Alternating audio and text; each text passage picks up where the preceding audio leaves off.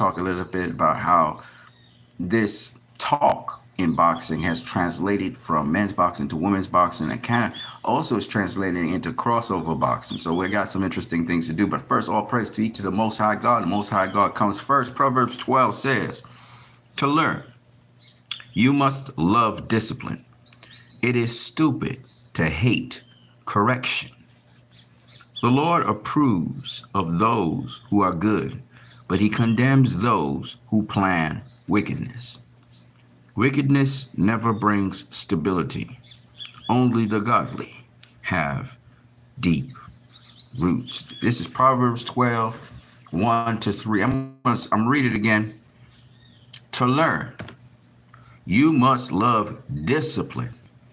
It is stupid to hate correction. The Lord approves of those who are good, but he condemns those who plan wickedness. Wickedness never brings stability. Only the godly have deep roots. I'm gonna leave it right there. And that covers a lot of things. Anything you want to apply yourself to in life, don't take shortcuts. Go through and learn the discipline of it. The discipline that you get is something you cannot trade. It is what causes you to be deeply rooted into something. So that's a very important thing to understand. The people who do wickedness are trying to get shortcuts to attain things without building a proper foundation.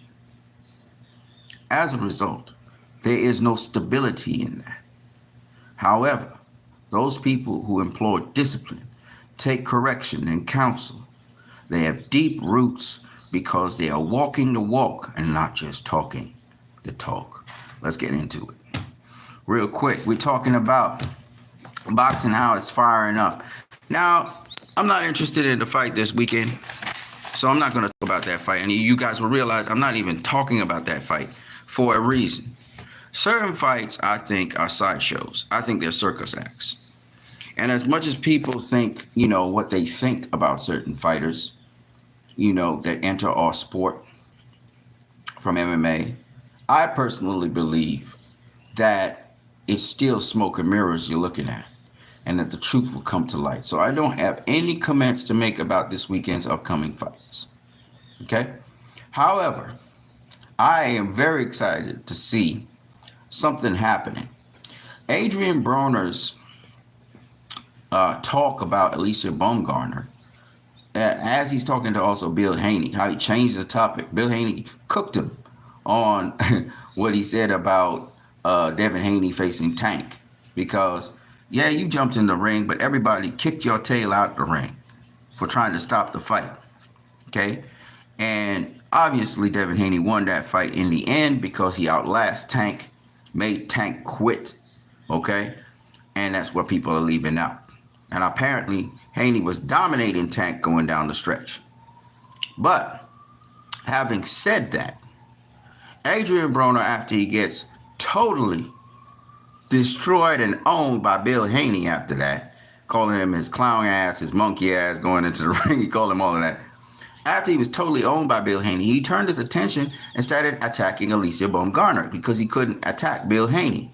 Started going really low and started conjuring up stuff and making up stuff and embellishing stuff about her and relationships with other boxers to try to get back at Bill Haney and her. Which is funny because he had to lie again. He couldn't tell the truth. And the thing about it is, the boxers, they're like, what is he talking about? You know what I mean? But in so doing, Adrian Broner, with his crazy self, has actually caused Claressa Shields to respond to what was happening with Alicia Baumgardner. As we all know, Alicia Baumgardner wants to fight Claressa Shields at 147, which is never going to happen. What she can fight Claressa Shields at is 154. Okay? Not 147. However, that's if Alicia Baumgardner decides she really want to fight Claressa Shields, because she's not going to fight her at 147. However, the important thing is this just suddenly spilled over into women's boxing. And if Alicia Baumgardner is smart, she'd go with that momentum, look at what Claressa Shields was saying in the comments, and spill that over to Claressa Shields. saying she wanted to have that fight with Clarissa Shields. Because while Adrian Broner's not keeping it boxing, he has to go outside of the scope of boxing to try and taint and defame other fighters. Who are those fighters have relationships with? Why do you care? What are you trying to say? Oh, he said that Alicia Baumgardner, she's not even really from Detroit or the Midwest, or Ohio or whatever. What does that matter to you? I mean, it doesn't matter to you. She is what we call undisputed. And that's something you can't argue. That's the whole point. She undisputed. You never been undisputed. Okay? So it's like a gnat talking to an elephant. Plus, on top of that, I don't want to go into Adrian Broner's finances, but suffice it to say, Adrian Broner right now looking for a fight for a reason. Okay, for a reason. And he had an illustrious career. What he did with his expenses, that's on him. He had an illustrious career. Okay? So all I'm saying is, and even though Floyd tried to come to his defense, I was trying to tell Bill Haney, don't tell Adrian Broner anything. Bill Haney just ignored Floyd because guess what, Floyd? You never been undisputed either. Guess what Bill Haney says? Undisputed. So if he's talking to Alicia Baumgardner, who's undisputed, if he feels like talking to Clarissa Shields, who's undisputed, if he feels like talking to Katie Taylor, who's undisputed, and Adrian Broner comes with his out-of-time self and tries to put down Bill Haney, who has personally trained his own son so that his son would become undisputed, and under his direction, guidance, and management, his son has become undisputed. Guess what? Guess what? You ain't got nothing. You can't say nothing. Okay? So Adrian Broner trying to shit talk Bill Haney. We know he ain't got nothing. All right? He not talking in truth. And everybody say Adrian Broner's telling the truth. No, he ain't telling no truth. Adrian Broner's full of fluff. When he was trying to advise Gervonta Tank Davis, now called Abdullah Wahid, he was trying to advise Tank. He was giving him the wrong advice as usual.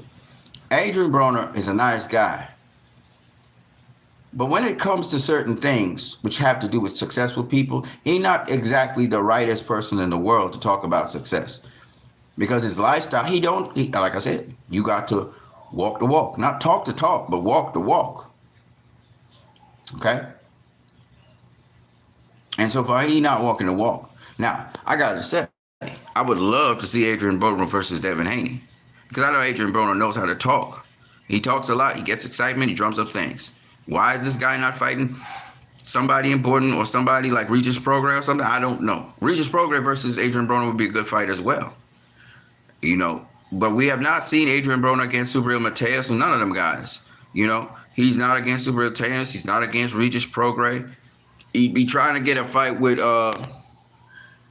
Devin Haney now. But Devin Haney has Ryan Garcia, and Ryan Garcia is training for Devin Haney right now. You know? So my point is this. It's a very simple point.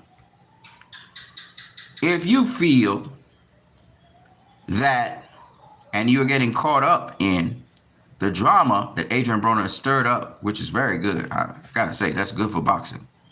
That's great. But do also notice, Adrian Broner crossed over sort of like. He started targeting female boxers. And all of this is a precursor. If you guys pay attention, Chris Shields talking about fighting Keith Thurman. Adrian Broner sending fighting words to Alicia Baumgardner. Think about what I'm saying. It is going to set up a crossover fight between men and women at some point. That's what you're going to see. Keith Thurman is going to be taking on Tim Tszyu. A fight in which Keith Thurman is very capable of winning and putting himself on the map. Tim Tszyu's a big, strong guy. He's smart. He's a smart fighter. He's a technical fighter. So Tim Tszyu could possibly win that fight as well. I gotta admit, PBC is going to put on March 30th, two really good fights. Two really good fights.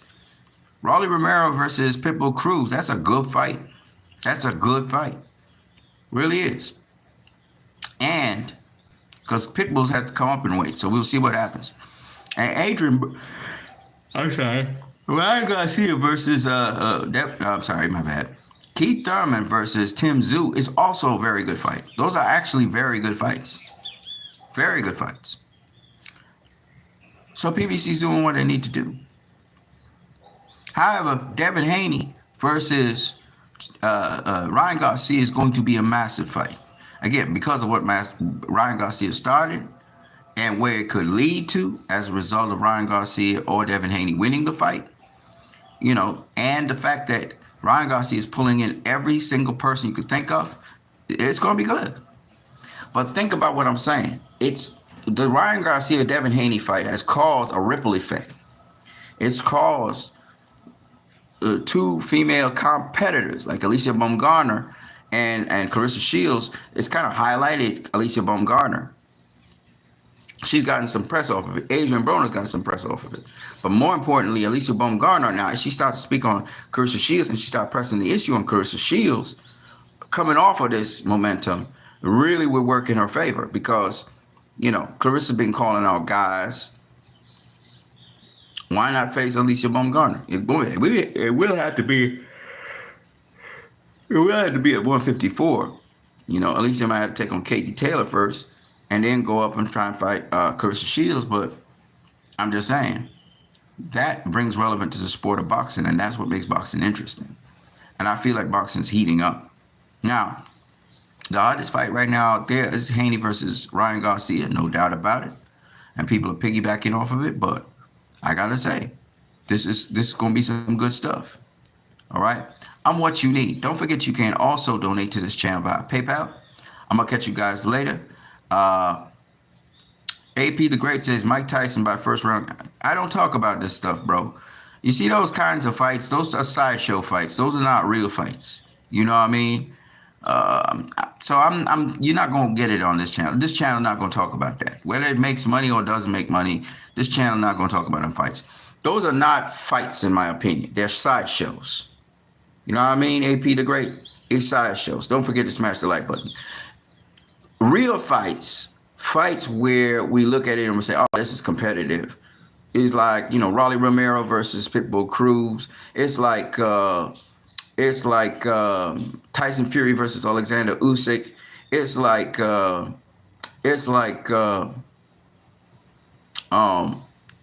Keith Thurman versus Tim Tszyu.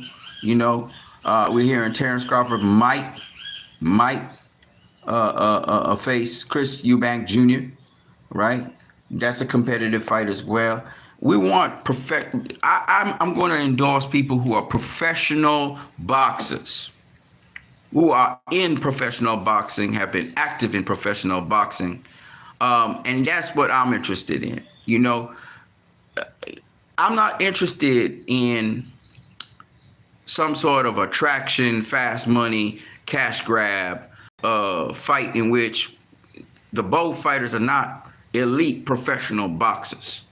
I'm not interested in that. It has no interest. Now, the reason why I was interested in Roy Jones Jr. versus Mike Tyson, and it made a lot of sense, was because Roy always wanted to face Mike Tyson. You know what I'm saying? But these I'm not gonna lie to you guys. To me, this stuff is some clown shit that going on in boxing. The stuff that's about to happen this weekend, the main event in Saudi Arabia. To me, that's some clown shit. That's some clown shit. And why? I just read the scripture. People trying to make shortcuts. They're trying to do shortcuts. All right. Nobody want to do the foundation work. Nobody want to do the fundamentals. Start from the ground up and work your way up. They don't want to do that. So for me, what's going to happen this weekend is a sideshow. The main event, that is. That's a sideshow. I'm not interested in that. You know what I mean? And then AP the Great 28.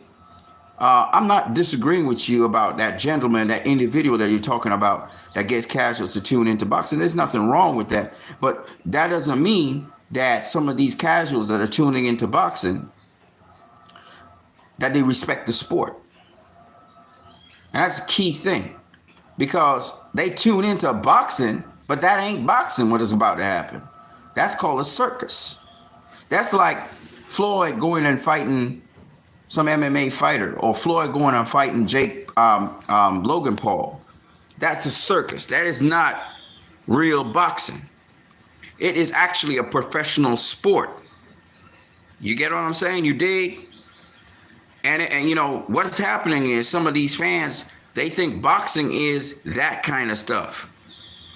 And I'm not saying that it ain't gonna make money.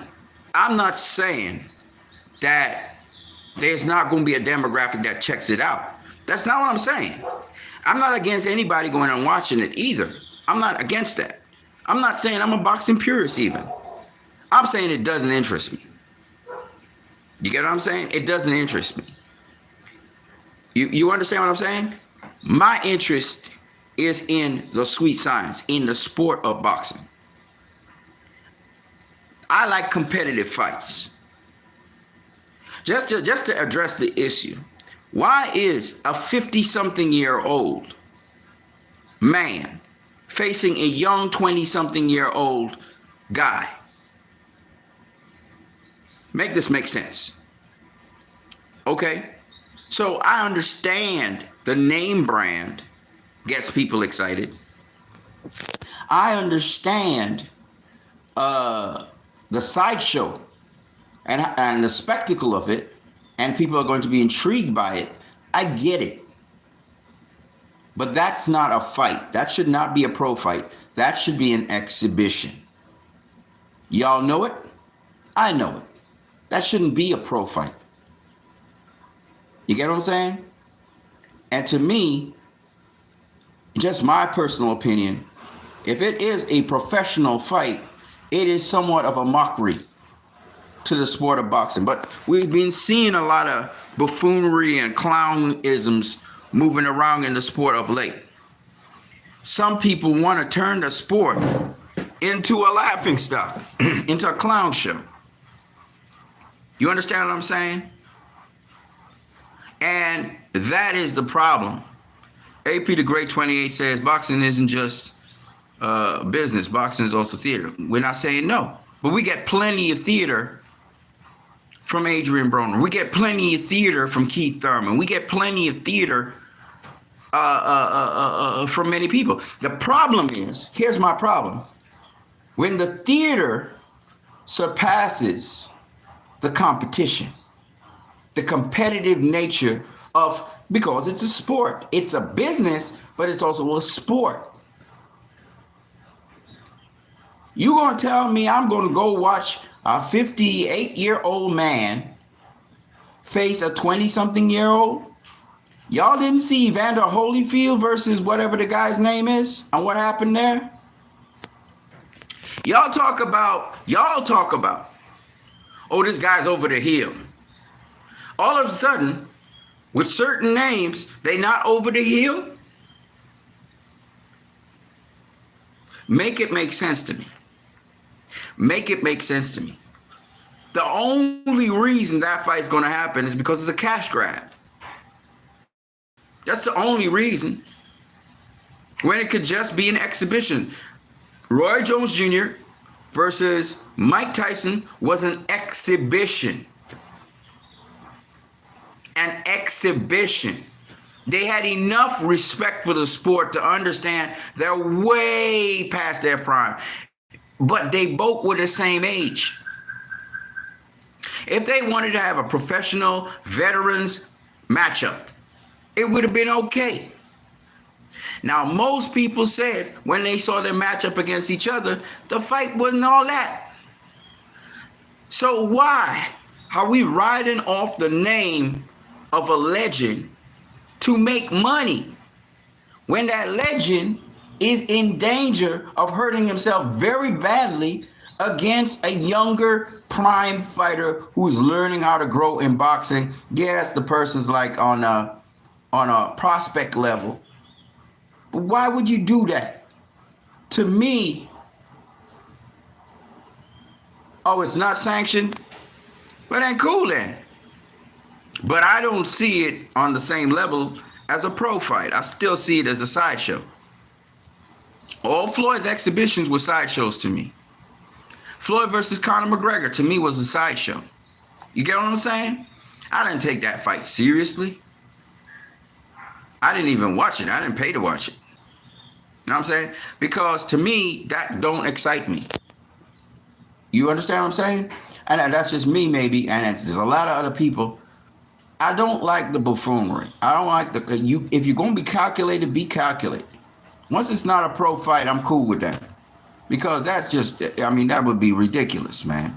If it's a pro fight, you know what I'm saying?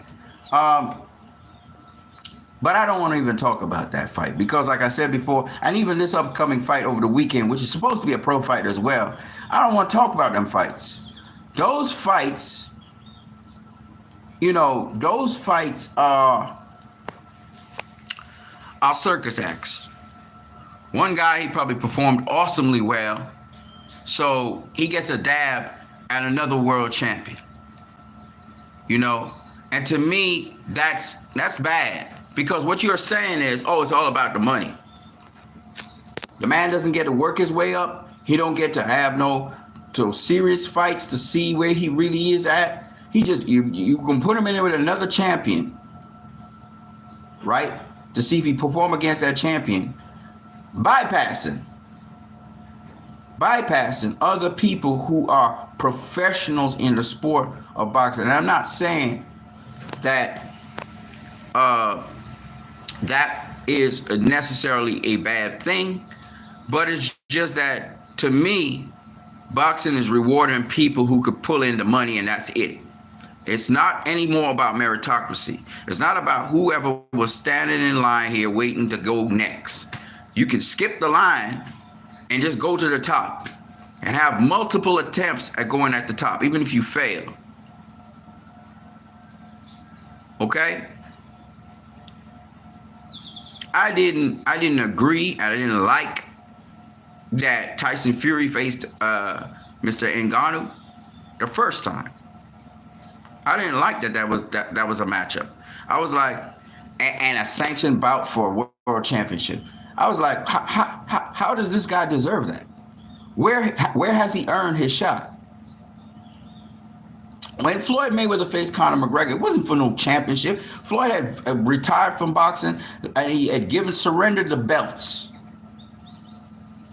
And I said, Ngannou versus Tyson Fury is a travesty to the sport of boxing. It's a mockery to the sport of boxing. Don't tell me there's money in Saudi Arabia, so that means the mandatory challenger to Tyson Fury, all of a sudden, he don't matter. I want to get this paper, so I'm going to get it with Francis Ngannou. That's not right, man. That's wrong. This man don't get to skip all those steps and go to the top of the line.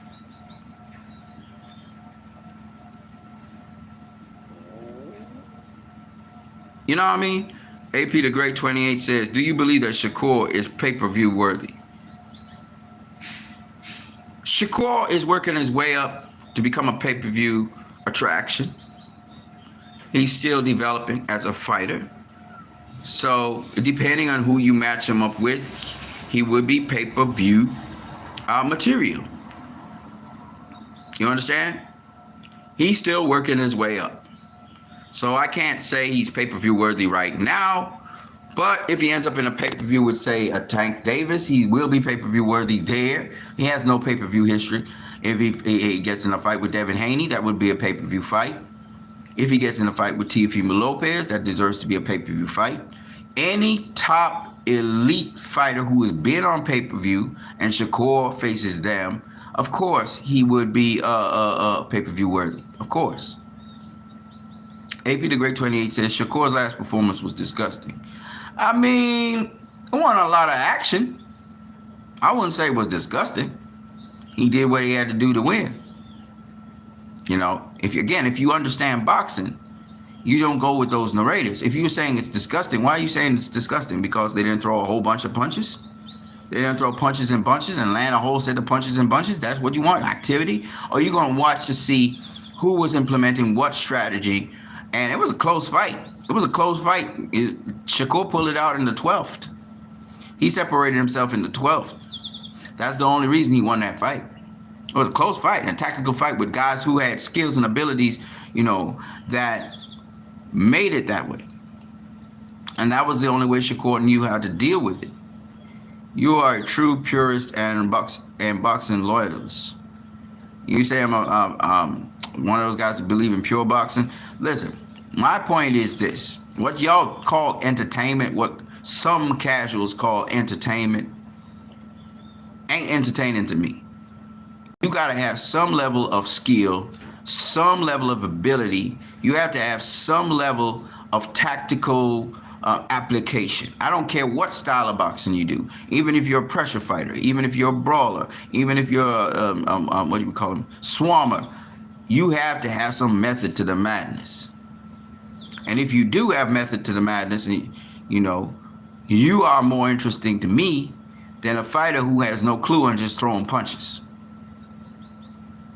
and gets caught with punches. That might be exciting to you, but it ain't exciting to me. So I like to see what the game plan is, and the boxers reveal what their game plan is.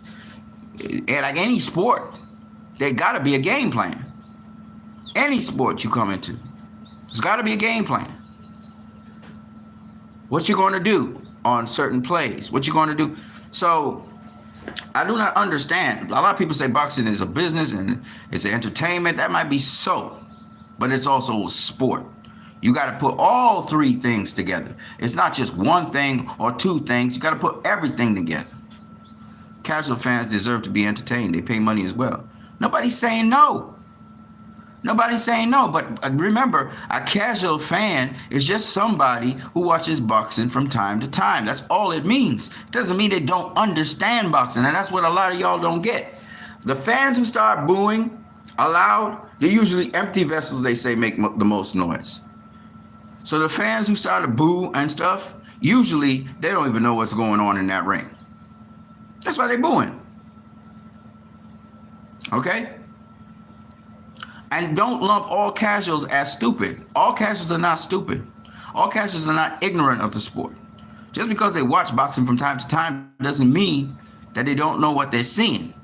And I think what is happening, and I see it in different forms of entertainment, I see it also in movie making, is the people who are gatekeepers, meaning the people who are on certain programs, you know, they host certain events, they're part of commentary teams, the people who create the narratives for stories and stuff in boxing. Those gatekeepers, the mainstream gatekeepers, keep on misinforming the public and saying the casual fans don't like what's happening. And that's a lie. You can't speak for all casual fans. Can't. And they feel that casual fans are super stupid and they don't know what's happening. But I've met casuals who are quite educated on boxing, know what's going on in there, and give their honest opinion on certain things. Right? It's not just Rock'em Sock'em Robots. Not everybody. And a lot of people don't like Rock'em Sock'em Robots when it don't got no direction and it's just back and forth. That's all you getting. Nobody likes that. Very few people. You gotta have some kind of strategy. You gotta, to and fro, and is great when you meet equally matched people who kind of nullify each other. It's good. And sometimes in the chess game, nobody's throwing a whole bunch of punches, but that doesn't mean, to me, it's really retarded when you say, oh, nobody's throwing a whole bunch of punches. They're just posing. That's bullshit, man. Guys are sizing each other up. They're thinking different ways, and they're trying to figure out a way to thread the needle. It's because neither of them can get their needle in. They can't find the target. When you have two defensive fighters like Pacquiao and Mayweather, or you have two defensive fighters like recently Shakur Stevenson versus De Los Santos, these guys are not only quick twitch and they not only could pounce on you, but also they got good defense. They're agile enough to get out of the way of certain shots. So they're not going to land. It's not going to be a land fest if they're using their defense and looking for vulnerabilities in each other and trying to attack each other when they least expect it. Same thing with Pacquiao Mayweather. That's what happened.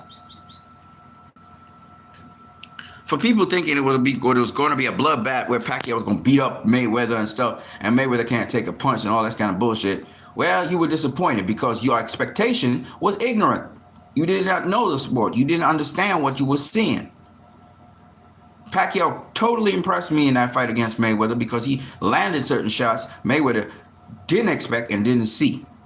But Mayweather's tough like that, so he was able to weather that storm and come back and dominate Pacquiao in the final stretch of the fight. Right? And truth be told, that's a hell of a fight. Pacquiao versus Mayweather was a hell of a fight. It was tactical. It was action-packed in certain spots. It delivered. It's just that one fighter was more in control of the fight than the other. Okay? AP the Great says, so you would watch Tevin Farmer versus Shakur over Mike versus Jake Paul? Hell yeah. Any day, anytime. Because Tevin Farmer has got defense. He's got defense. Okay? Whereas them two guys you just talked about, one is old as fuck, and the other one, he's learning how to fight. He's still learning the ropes. And we all know the younger, more energetic fighter is probably going to prevail over the older guy. Way older guy. Way, way, way older guy. Boxing's a young man's sport. Okay? AP the Great 28 says Mayweather completely neutralized Pac. Keep it real. Well, he neutralized it. I'll say this though: in round 4 and round 6, he didn't neutralize him, and in spots in round 8, he didn't neutralize him. And that's the brilliance of Manny Pacquiao. Floyd had to keep a certain range to see Pacquiao. Okay, now down the stretch, round 11, he dominated Pacquiao. He was doing whatever he wanted with him. In round 12, he was clowning him, right? But don't get it twisted. Pacquiao had his moments. Round 4, round 6, parts of round 3 when he landed that quick, awkward-looking combination on Floyd as Floyd was spinning around him. You know, round 7, Pacquiao had little elements of brilliance. Okay, Pacquiao's a brilliant fighter. Don't get it twisted. He got beat by Ugas because Ugas used the same method that Floyd did, but he's a brilliant fighter. He gonna touch you. Pacquiao's going to touch you. Now, what you going to do after you get touched is another story. And he touched Floyd. Gave Floyd a swollen lip. He touched him up. Okay? Y'all can, boxing ain't no game yet, ladies and gentlemen. It's not a game. Okay? These guys, Pacquiao is what he is. We're hearing reports that, you know, Matchroom and Eddie Hearn's trying to match up Pacquiao with Conor Benn. Again, a much older fighter in his 40s. Facing a 20-something-year-old. I don't know what they're trying to do. I don't know what's the point they're trying to make. Okay? To me, that's just not a good look. And Pacquiao, as old as he is, I know he's got a lot of experience and he probably can implement it against Conor Benn and beat Conor Benn. But at some point in time, the older heads need to let the sport go. You need to let the sport go. Let the young guns do their thing. You had your time. You made your name. Let the young guns now have their turn to make their name. That fight with Pacquiao and Conor Benn could be an exhibition. No problem with that. Why I say that? Because you got to respect the older generation as well. AP the Great says Pac had a career low punches landed, punches thrown, and percentage versus Mayweather. Yeah. So did Mayweather. Mayweather, not career low, but Mayweather had, you know, lower punches landed and all of that. It was two top-tier fighters facing each other. What do you expect? And they both got defense. And believe you me, Pacquiao has defense. He's very sharp. His reflexes are very sharp as well. So he can pull out of a shot. He can be going into shooting a shot and pull back out of the shot as quickly. And then he can counter you at the same time. You know, he's that kind of dude. AP the Great 28 says, I watched the fight 3 times. Okay. AP the Great says, I hope Pac destroyed Benn. I mean, the thing about it is, I just think Pacquiao's a legend. He said he retired from boxing. Just hang it up. Don't go back into the sport. What happens with these boxers? They get intoxicated, they go back into the sport, and they get badly hurt. Mike Tyson is playing with fire. Mike Tyson, you are 38 years old, trying to be a young boy. Your days are over, man. Stop it. This is stupid. You know, he could get hurt really, really bad. You know, Pacquiao against Conor Benn. But Pacquiao didn't get enough concussions. He's not tired of getting knocked the fuck out. And his eyes swollen up in his head and stuff. Stop messing with the young boys. The young men, it's a young man's sport. Boxing's a young man's sport. Pacquiao need to calm the hell down and live a life as a legend. If he wants to fight an exhibition against other fighters, Mayweather, all those kind of things, reunion with Oscar De La Hoya, whatever, as an exhibition, sure. But bruh, you are way outside of your range. And be trying to beat up on younger guys is just stupid. It's just stupid. And he ain't fought in a while? No, man. These guys need to stop. Pacquiao, you need to stop. Look at Floyd. Floyd ain't fighting no more pro fights. Stop it, man. Stop it. Time has passed. You had your moment. Let it go. Sugar Ray Leonard came in at 40-something years old against Hector Camacho, who was at least 10 years younger than him. And Camacho destroyed his ass. Why? Because he didn't know how to stop.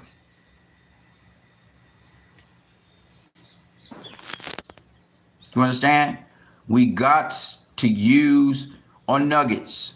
Smash the like button, people. Don't forget to smash it. I know it's not easy to find the like button, but you're going to find it. And when you find it, smash it. YouTube's kind of doing a lot of stupid things of late. So I'm just saying, if you're going to, and don't forget you can donate to this channel via PayPal. Its link is in the description. If you're going to